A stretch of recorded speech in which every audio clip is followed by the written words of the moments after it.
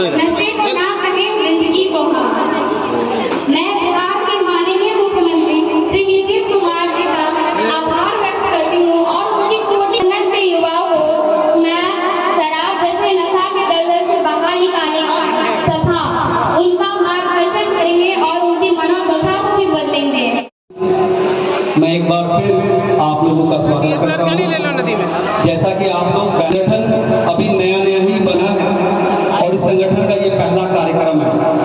संगठन के सदस्यों ने इसका बनाया है और आज इस मंच से मैं ये प्रण ले रहा हूँ कि हम सब मिलकर किशनगंज में समाज के कल्याण के लिए, समाज के सुधार के लिए, आपदाओं के समय में एक सहायक के रूप में, एक आपदा कर्मी के रूप में अपने समाज की भलाई के लिए हमेशा खड़े रहेंगे, हमेशा लोगों के दुख दर्द के साथ जुड़े रहेंगे। बहुत बहुत शुक्रिया डॉक्टर नूर आलम साहब। होना तो ये चाहिए कि भाई आज हम लोगों को आपका वेलकम, स्वागत, खैर मकदम करना चाहिए। आपने जिस मुहिम की शुरुआत की है, आज ये कितने घरों को, कितने समाज को, देश को ये तबाह कर रहा है। नई सोच समाज सुधार संगठन के चेयरमैन डॉक्टर नूर आलम साहब, उप चेयरमैन मोहम्मद निजामुद्दीन साहब, सचिव मोहम्मद अकबर साहब, उप सचिव मोहम्मद अरबाज साहब, कोऑर्डिनेटर मोहम्मद अरसलान साहब और इस टीम से जुड़े हुए सभी साथियों को दिल की गहराई से मुबारकबाद देता हूँ। आज के यहाँ कार्यक्रम में मौजूद कांग्रेस के जिला अध्यक्ष इमाम अली चिंटू साहब,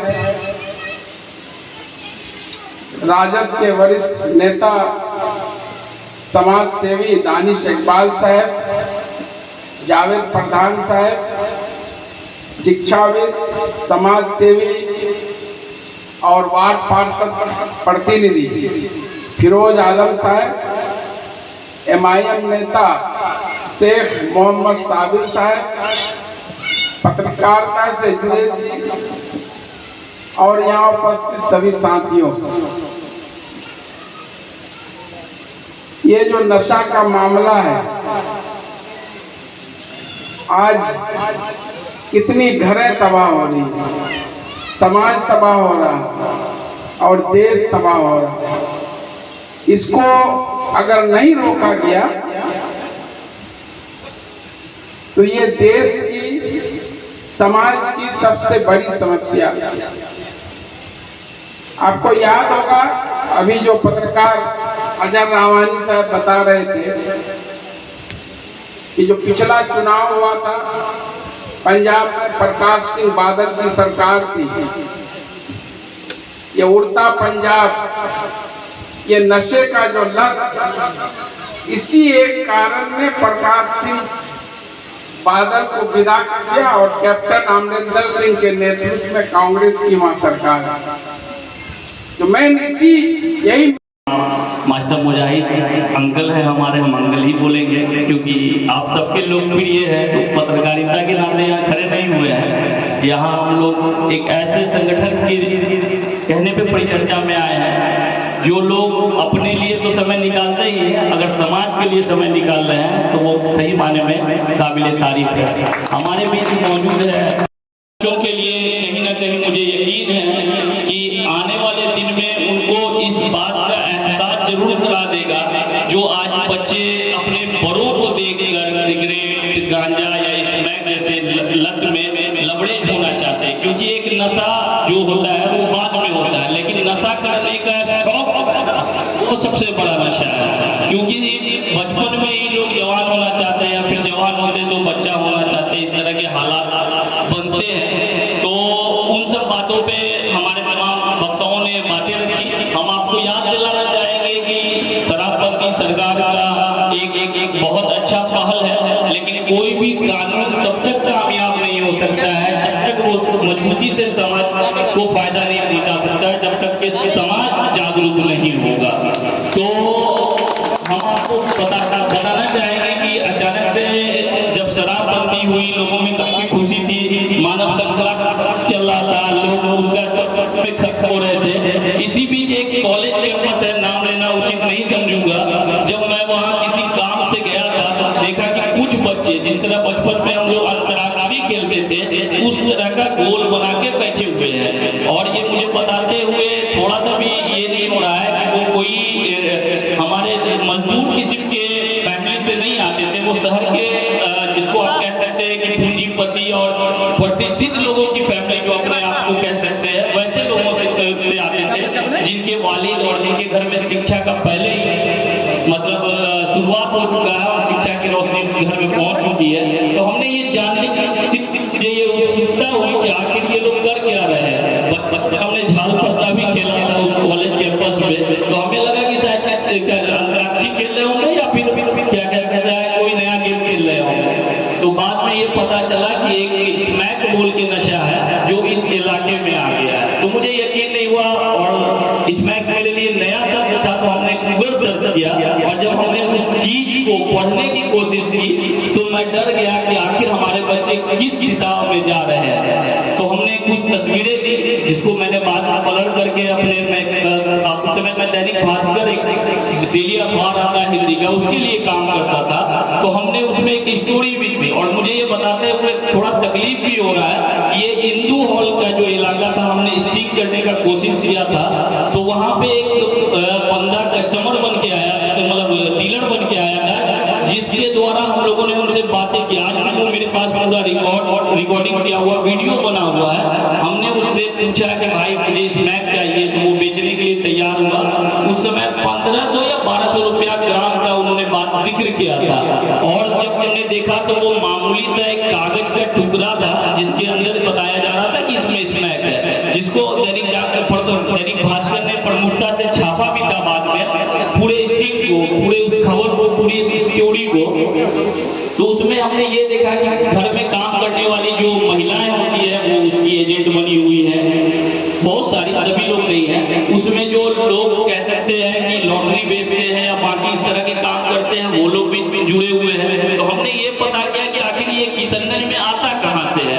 तो पता चला कि पश्चिम बंगाल का दालकोला इसका हब बना हुआ। मैं कस्टमर बन के वहाँ भी गया, क्योंकि ये हमारी जिम्मेदारी है कि हम अपने लिए तो जी लेते हैं, लेकिन इस तरह के घातक चीज को जितना ज्यादा जान सके और अपने बड़ों को बता सके। और हमने बताया मैं उस पर आ रहा। तो दालकोला में हमको ब्रिज के नीचे से खेत की तरफ ले जाया गया और फिर हमको दिखाया गया। तो हमको वहाँ पे दो ही ऑप्शन था, या तो खरीदना होगा या तो उसकी सच्चाई बतानी होगी। तो हमने उसको कहा कि मैं भागलपुर से, हमारे दोस्त आने वाले हैं, उनको चाहिए, किशनगंज में तो आसानी से मिल जाता है, तो हमको इसका डिलीवरी बहुत ज्यादा तादाद में चाहिए, ज्यादा मात्रा में चाहिए। तो किसी तरह मैं वहां से यहाँ आया।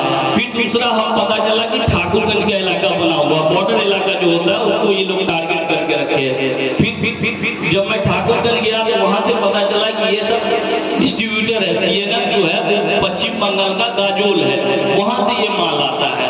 और लोगों में इस तरह से फैलाया जा रहा है कि बच्चे अपना आज तो बाद में खराब करेंगे, आज भी अपना खराब कर रहे हैं। जिसको लेके हमने स्टोरी भी दी थी, जिसका शायद हेडिंग जो था बस एक फोन कॉल और स्मैक हाजिर इस टाइप से। जिसके बाद हमने तमाम उस समय विधायक हुआ करते थे, हमारे मास्टर मुजाहिद अंकल, जावेद साहब, सबसे हमने प्रतिक्रिया भी ली थी और अपने स्तर पे इन लोगों ने उसको लेकर जो होता है बड़ी पदाधिकारी से और सरकार का ध्यान आकर्षित कराया है। तो कुल मिलाकर हमने जो देखा कि 2016-17 में ये ऐसे ही फैला। शराबबंदी एक अच्छी पहल थी, लेकिन शराबबंदी के बाद जो एक सूखा नशा का चलन आया है वो कहीं ना कहीं हमारे समाज को पूरी तरह खोखला कर रहा है। अब भी वक्त नहीं गुजरा है, जबकि मैंने 2016-17 में जब उस स्टोरी को लिखने का काम किया था, फोटो के साथ और वीडियो प्रमाण के तौर पे मेरे पास था, बावजूद हमारे कुछ लोगों ने, हमारे कलीग ने ये कहा था कि ये हवा में खबर लिखता है, ये बड़े शहरों का नशा है, ये फिल्मों में दिखाया जाता है। लेकिन हमको लगता है कि अगर उस समय लोग सही से जागरूक हो गए होते, उस चीज को गंभीरता से लिया होता, तो आज जिस तरह हमारे एक साथी बता रहे थे कि बस स्टैंड का एरिया हो या फिर आपको जो भी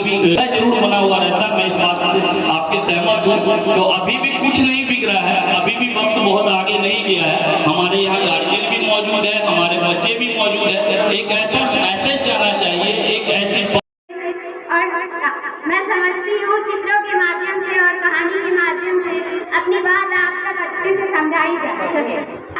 बदतमीज गैर जिम्मेदार जिन्हें किसी बात का कोई फर्क नहीं पड़ता, आंखों में बेबसी, बच्चों की आंखों में दहशत, माँ बाप की आंखों में शर्मिंदगी देखकर उसे कोई फर्क नहीं पड़ता।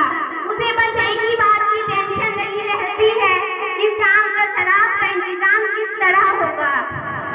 घर के बर्तन बाटे बिकने लगे हैं, घर की इज्जत मिट्टी भी मिल गई है, नाते रिश्तेदार कंडी काट कर निकलते हैं और गांव के लोग कहते हैं या अल्लाह ऐसी नीच औलाद किसी को ना दे, जिसे ना कोई शर्म है, ना कोई लाज है, ना कोई धर्म है, ना कोई नेम है। इसे बस अपनी आप से मतलब है, इसे बस शराब से मतलब है। दूसरा शख्स ये एक 15 सालों का लड़का जो घर से नाराज होकर बाहर निकल जाता है, दुर्भाग्य से उसकी दोस्ती गलत लोगों के साथ हो जाता है। उस रात को उस लोगों के साथ मिलकर शराब पीना सीख लेता है। उसकी सुबह वो इस बात को समझता है, उसकी सुबह शर्मिंदगी से शुरू होती है और वो दोपहर होते ही उस दोस्त को कोसता है जिसके साथ वो कल रात शराब पीना सीखा था। और फिर उसकी सुबह वो कसम खाता है कि मैं शराब नहीं पीऊंगा, पर दोपहर होते ही उसका दिल ढूंढने लगता है और शाम होते ही उसका मस्तिष्क, उसका शरीर इस बात को मानने को तैयार नहीं होता है और वो हर जगह जलील होता है। उसके मन में अवसाद बन जाती है, वो उसे बेदर्दी बेचैन। जो आज ये नशा क्यों करते हैं लोग? क्योंकि मैं अपने बच्चों को, मैं अपने परिवार के बच्चों को शिक्षा के नाम पे, तालीम के नाम पे हम एक इनकलाब नहीं पैदा कर रहे हैं। इसीलिए वो आप उनके अंदर एक जज्बात नहीं पैदा करते हैं, इसीलिए वो नशे में एक गलत संगत में जाकर फंस जाते हैं और नशा स्टार्ट कर देते हैं। तो मेरे भाइयों बहनों और मेरे गार्जियनों, मैं कहूंगा कि हम लोग बचपन में एक मकतब में पढ़ा करते थे। एक तबलीगी की जरूरत है हमारे डूबा जा रहा है नशे में, इस तरीके से कि घर का चावल को बेचकर उस नशे में लगाता है। तो एक तबलीगी करने की जरूरत है जगह जगह पर, एक लुकर सभा करने की जरूरत है जगह जगह पर, अपने गांव में, अपने समाज में, हर एक वार्ड में, कि नशा अगर कोई भी नौजवान, कोई भी लड़के करे तो उनके खिलाफ ये नशा, ये नए सोच की जो टीम है उनको खबर किया जाए और कानून अपने हाथ में ना ले, बल्कि उनके परिजनों से मिले और उनसे मशवरा किया जाए कि आपके बेटे गलत रास्ते में जा रहे हैं, इनको अगर अच्छे रास्ते में भेजना है तो इस टीम का सहारा से हम नशा मुक्त में भर्ती करवाएंगे और इनका भी जिंदगी बनाएंगे ताकि आपके तकदीर और तस्वीर बदल सके। मैं कहूँगा यहाँ के नौजवानों से, हमारे सीमांचल के सारे राजनेताओं से कि हमारे सदर अस्पताल में नशा मुक्त केंद्र है, लेकिन वहाँ पे ताला लगा हुआ क्यों है? इसमें एक सवाल है। हम कुछ ही दिन पहले गए थे, लेकिन ताला लगा करके बाहर बैठे हुए हैं। इस पे सवाल होना चाहिए। इसमें नगर परिषद के अध्यक्षों को भी सोचना चाहिए कि हमारे किशनगंज में जो एक सदर अस्पताल है वो ताला बंद किया हुआ क्यों है? ये क्यों नशा मुक्त में यहाँ पे यहाँ के नौजवानों को जो नशा केंद्र है तभी वो ताला बंद है, नहीं तो आज जो नशा में इधर भटक रहे हैं उन सारे लोगों को अगर 1 महीना से 2 महीना अगर सही ढंग से नशा मुक्त में अगर भर्ती किया जाए तो इंशाल्लाह मुझे लगता है वो सही रास्ते में चले जाएंगे। क्योंकि ये हमारे अंदर, ये हम सब की सोच है कि हमारे बच्चों को नशा करना है तो अपने माओ से करो, अगर नशा ही करना है तो अपने बच्चों से करो, नशा ही करना है तो अपने बीवियों से करो, ताकि उन नशा से आपके तकदीर और तस्वीर बदल सकता है, बल्कि ये नशा नहीं जो कि आपकी जिंदगी बर्बाद करे।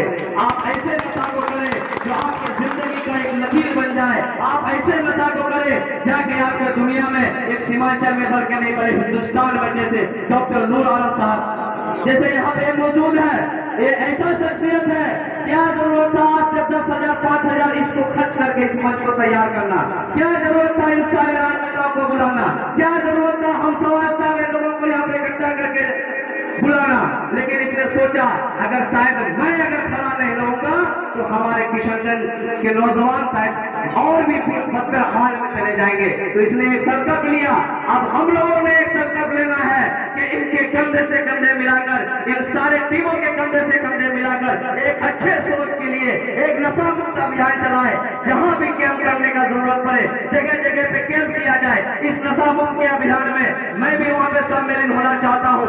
आप लोग को अगर कोई भी एक सदस्य अगर आपके टीम में बचा रहे तो मैं भी उससे हिस्सेदार लेना चाहता हूं, ताकि इस समाज के लिए, इस सोसाइटी के लिए अगर कुछ करूं।